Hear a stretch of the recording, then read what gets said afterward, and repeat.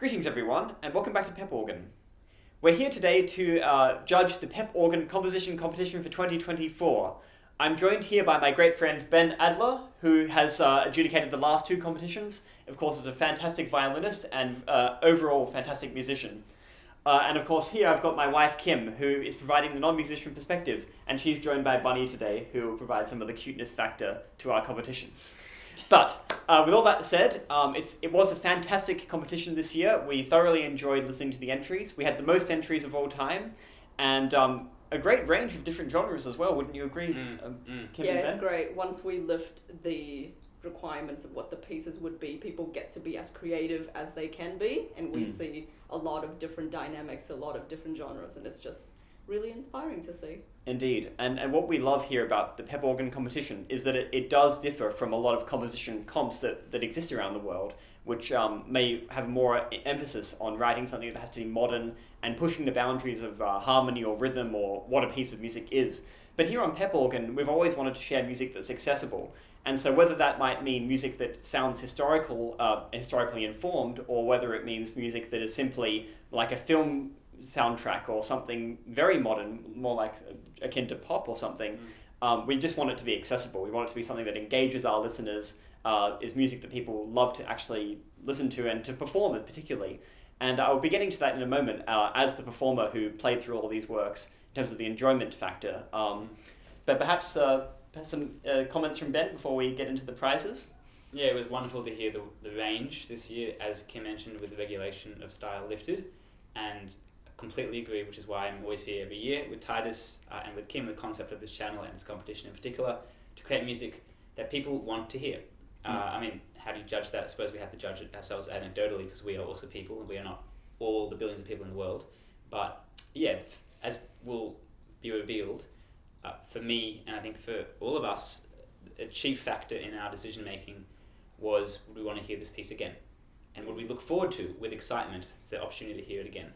And it is a relief and a release, having both of us left the classical establishment in various ways over various past years, to be able to unashamedly adhere to that as a primary criterion, because it's simply not the case that's relevant in most establishmentarian situations, be they competitive or be they commercial. We don't bias ourselves towards any particular demographic or anything. I mean, we have submissions from all different age ranges and some quite young entrants this year as well. It's really good to see. We're inspiring the new generation. Yeah. So look, if you're a young person who's been inspired by Pep Organ, I'm really quite humbled by that and honoured.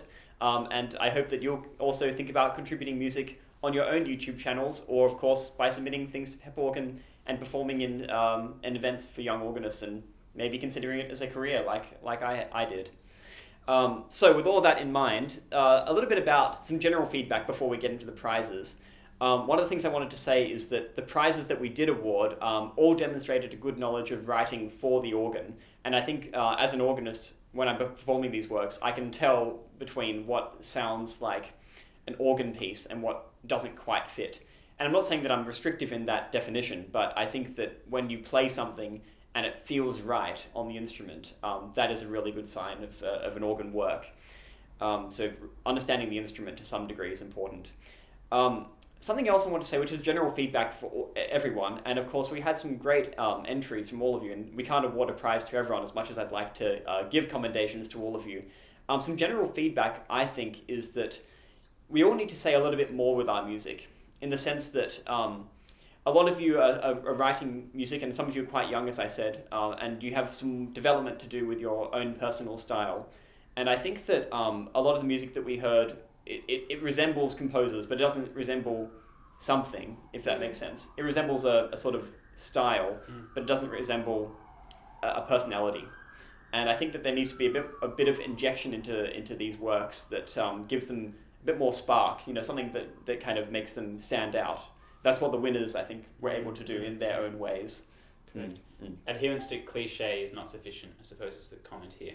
Yeah. Cliches can be very pleasing, but like candy, they're not nutritious. And I suppose for a second listening in particular, something that has been pleasing or satisfactory on a first listening does not compel a second approach, I think. Whereas, the winners, I think a lot of it comes from tension and release. A lot of it's harmonic, but there's a whole bunch of things, as we'll discuss, form and drama and contrasts and things which are not required as bare minimums by style, whichever style they haven't been written in, but indicate a sort of deeper, be it narrative or emotional approach to composition, which I think elevated those pieces above the others. Yeah, indeed. Yeah, I think that there's a lot of opportunity here, and look, the challenge is that we have heard great classical music before, right? And that's always the benchmark that we're comparing to, and that makes it hard because a lot of you, some of you new composers, and it's hard to compare yourself to the great composers. But we have to remember as well that they were people, and at some point in their lives they found a kind of a style that they locked into, and I think that we all need to try and achieve that, going just a little bit beyond, pushing yourself to, and I find myself, I have to do this too, and perhaps you too, Ben, when you're arranging things and composing things, you have to push yourself a little bit further than your comfort zone to really create something new. But with all that in mind, should we talk about the winners? We've got 3 prize winners, which is great, and are highly commended as well.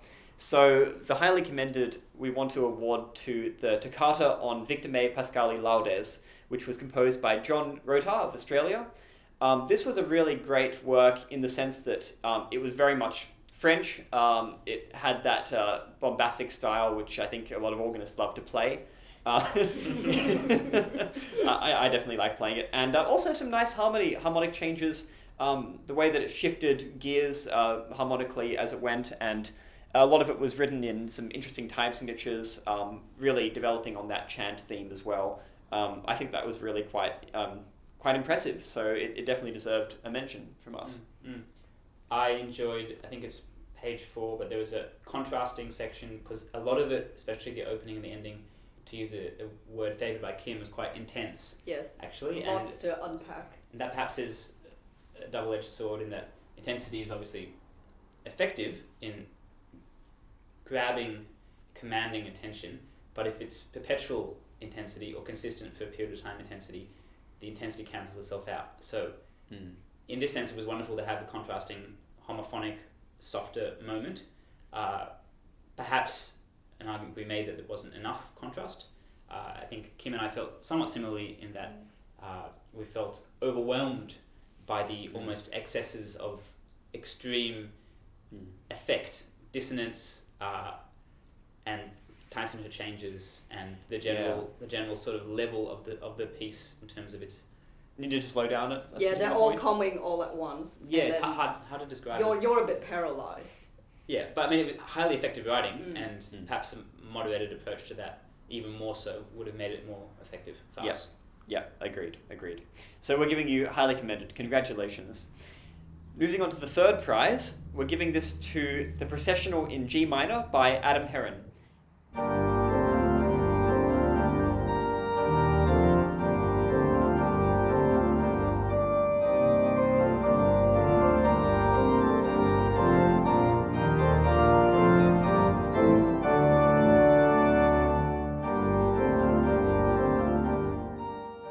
This piece had a great use of the organ. We felt that your theme was really quite great. It was an earworm. Of all the pieces, this was the one that we were humming to ourselves after a while. I mean, perhaps that's, again, a double-edged sword in the sense that, perhaps it was a little repetitive. But granted, creating a memorable tune is not easy, so that really deserved the prize there. Ben, what do you want to say anything about that one? Yeah, similar comments concerning the tune. There was a simplicity to the tune. I think we dubbed it somewhat medieval. I'm not sure that was your intention. Definitely not ineffective at all. Harkened the St. Paul's Suite, if that's relevant reference for string plays in particular. Sort of pseudo-Renaissance approach. Perhaps the theme was a little bit simplistic. I suppose even the theme itself is not as relevant as the repetition of the theme. For me, the most effective moment of the piece, which really clinched its placement, was that reharmonization. The ending, the last page, where that now well-worn tune that we've heard multiple times is reinterpreted with different chords. Very clever writing. Also, some scalic flourishes. Were there flourishes in this one? Or no, that was it. Oh, there was that one. Yeah, that was very cool. Very effective and very catchy and enjoyable. Ultimately, notwithstanding repetition, I think. Yeah, and I wanted to just say for all of the contestants that I think that everyone had one or two elements that they perhaps could improve in their work. That they could just, don't think of this as the final product perhaps, but small tweaks might make this work just that little bit greater in appeal. I think this piece would work great in a church setting, like something not too serious and something that you don't have to divert a lot of attention to, as in if you were sitting at a concert hall and it's a super intense piece, but it's really nice to just immerse yourself in there. And yes, it does get a bit repetitive, but it's strong. You can just relax and you can just immerse in the tune and just get along with the vibes, and it's good. Yeah, it's not bad. Yeah, so that's third prize to the processional in G minor. So congratulations. Second prize goes to the Carillon on the Old 100th. This is composed by Luigi Mengoni, who we heard a piece from last year. So congratulations and thanks for submitting a piece again. This was a really great piece that really was building up on the kind of organ sound, that kind of toccata-y. And Carillon is a bit of a genre with the organ, like with the repeated quaver notes there.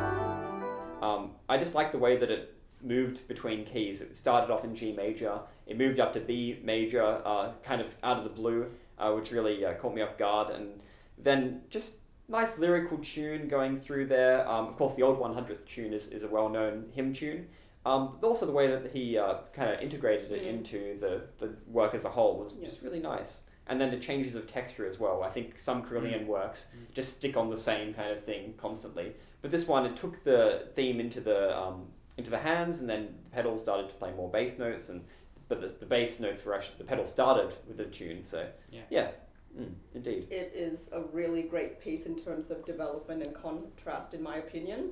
I also think that the beginning is really visually striking. It's almost like a symphonic poem where you can kind of visualize what's happening because it's really rich and really visual when you listen to it. So yeah, really great. Agreed. I called it French in the triplet configuration, and the choice of those, I think it's like an added, it's like a sixth in the chord or something that gives it a certain that's sound. right. But I mean, very vivid. I agree. Something. Yeah. So I don't know why, but you're right. Visual for me, it's like La Mer. Yeah. Something I don't know, but highly conjuring of something quite evocative and strong. And I both enjoyed very much the strong pedal melody, and also thought simultaneously, or felt that it was a little bit on the simple, somewhat restricted scale, or end of the scale, or spectrum of melodic potential. I recognise pedal melodies, Titus tells me, are not often particularly melodic in the sense that a violinist might expect a melody. But having said that, when the theme returned to the recap towards the end, it was most rousing, and definitely took us on a journey. Again, similar to my comment about the highly commended work, having a moment of emotional relief and release, a softer section in the middle which was contrasting, and more delicate and more sparsely populated texturally, was very effective and very helpful in providing justification for the very strong beginning and conclusion. And I'll remind our viewers that these works had to be between 2 to 4 minutes in length. So if you could take a work that's getting up to that 4 minute mark, but has a contrasting section in the middle, a nice ABA form, and sounds complete, that's a great achievement. And so part of the reason I like these shorter works is because a lot of the church services that we play for need a work of that length, and sometimes the grand works that are they're 7 to 8 minutes, and you just can't play those. It takes too long to build up. So we're getting mini versions, like this one a bit reminds me of Vierne, so well done with that. So that's Carillon on the Old 100th, second prize. Which moves us to the first prize, which, there wasn't a debate between all of us about which one would really earn the first prize, but we did do a point scoring system here, and that sort of allowed us to work out which one would get the highest result in the end. And I'm pleased to say that the winner was the Preludium in G-Moll by Savas Susamidis, another young Australian, in fact. So congratulations. This was judged anonymously, but I'm just very glad to see an Australian winning the prize. But congratulations, Savas. Really well done. This piece, it was essentially in the Stilus Fantasticus, or the North German Baroque style, effectively. Which is a really compelling style on its own already, but the way that you did pull it off, Savas, was very convincing. It sounded historically accurate, but it also had a lot of pizzazz, a lot of character, a lot of excitement. From the very first note, you're kind of drawn in straight away into this descending scale.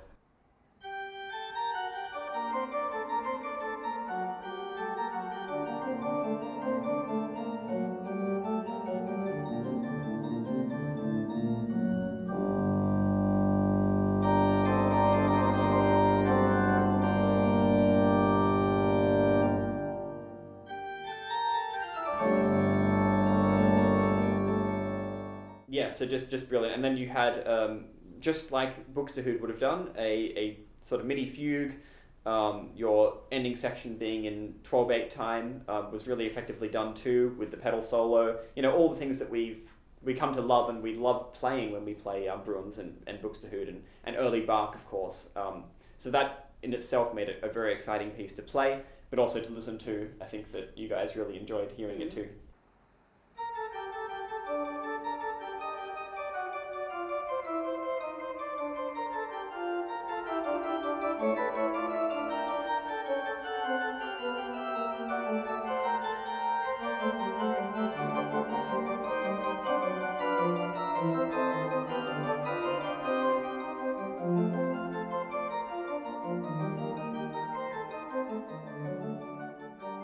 I don't like fugues personally, but this piece has won me over, and I think it's really great. It's rich, it's deep, it's dark, it's mysterious. It's like a continually downward spiral, and it just kind of sucks you in, and it's just great. It tosses you around in a good way.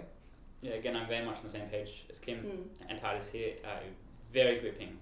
I mean, I've never heard a Stilus Fantasticus piece before, and I thought this was completely novel and outrageously creative. I understand it's marginally less creative because the genre has existed for some centuries, but regardless, yeah, it was completely gripping from start to finish. I thought the rhetorical, recitative-like opening was extraordinarily absorbing and conjuring and evocative, and then I agree that the fugue was masterful and the subject was just emotionally fertile, which is rare. I often also find fugal subjects in particular, and the treatment of them in fugues, to be somewhat of a left brain activity, more dry and logical, and this was deeply emotional in the style, not the style, but the spirit perhaps of Mendelssohn and his minor key fugues as well, and the string quartets, for what it's worth. Then the interlude was highly dramatic. Then the 12/8 dance was highly effective and energetic. Very strong pedal point towards the end of that section, I think, before the return to the recitative, and then finally this huge conclusion. I was totally gripped, and my comment in real time was would want to hear again. As I mentioned, that was the real test. So bravo, and I think a very, very extraordinary outcome for someone as young as yourself. Yeah. So you should be very proud, and I look forward to hearing what more you produce in the many, many years to come. Absolutely, bravo. And look, I was going to say, Salvas, as well, on your submission, you mentioned that you were going to take out all of the tempo markings and instructions in the final work. I don't think you should perhaps do that. Perhaps just keep them in the parentheses as suggestions. But we can't always assume that performers are kind of switched on about what style you're composing in. So just to give that instruction, I think is certainly acceptable. When we play a work from the 1600s, we may assume the Baroque style, but of course this is 2024, so maybe a little instruction there about what style you're going for will help the performers with that. But with all that said, that's the first prize, so congratulations to Preludium in G-Moll. And with that brings us to the end of the Pep Organ Composition Competition for 2024. I hope you all enjoyed it. We'll be giving some feedback to all the contestants as well, so I hope that you or consider entering into the next competition, which will be something different again. So we'll be seeing you again here in about a year, but there may be some other things happening before then as well. So thank you so much to Ben for coming out and giving us your time. Pleasure. Congratulations to all competitors, all entrants. It was a pleasure to be part of it again, and I'm also, as always, amazed by Titus and Kim and the beautiful music from you, competitors, composers out there who have been induced by this channel and by your initiative to create beautiful music. Every single piece, beautiful music, and it's just such a blessing, really, to have a small observership of this phenomenon going on, courtesy of the relationship between you and your fans. You are adding things of value into the world in a really tangible way, and kudos to all of you. And it's always been my goal that I actually don't want to play historical music for the rest of my life. I want to play modern music, composed by living people. And so, every year we do this, my repertoire grows a little bit larger. So you guys are helping me out too. And you actually probably don't know this, especially for the previous past prize winners, but I'm playing your music all the time for various events and performances, so hope you don't mind that. But. Yeah, and it's so great to see people coming up to you and they say, oh, whose piece is that by? And then they would assume that it's from a classical composer or something. You're like, no, this guy is still living. He's in the UK or he's in Australia. And it's just really great to see. Indeed. Some of my students are learning some of those works too. So wow. Yeah, we've definitely got a little school happening here, and I think there's a lot of excitement at the moment in terms of new organ music and new ways of sharing the organ. It's been such a sort of closed off instrument for so many years, and here we are on YouTube now, spreading the great word about this great instrument that we all love. So thanks everyone, and look, till the next time, thanks for watching.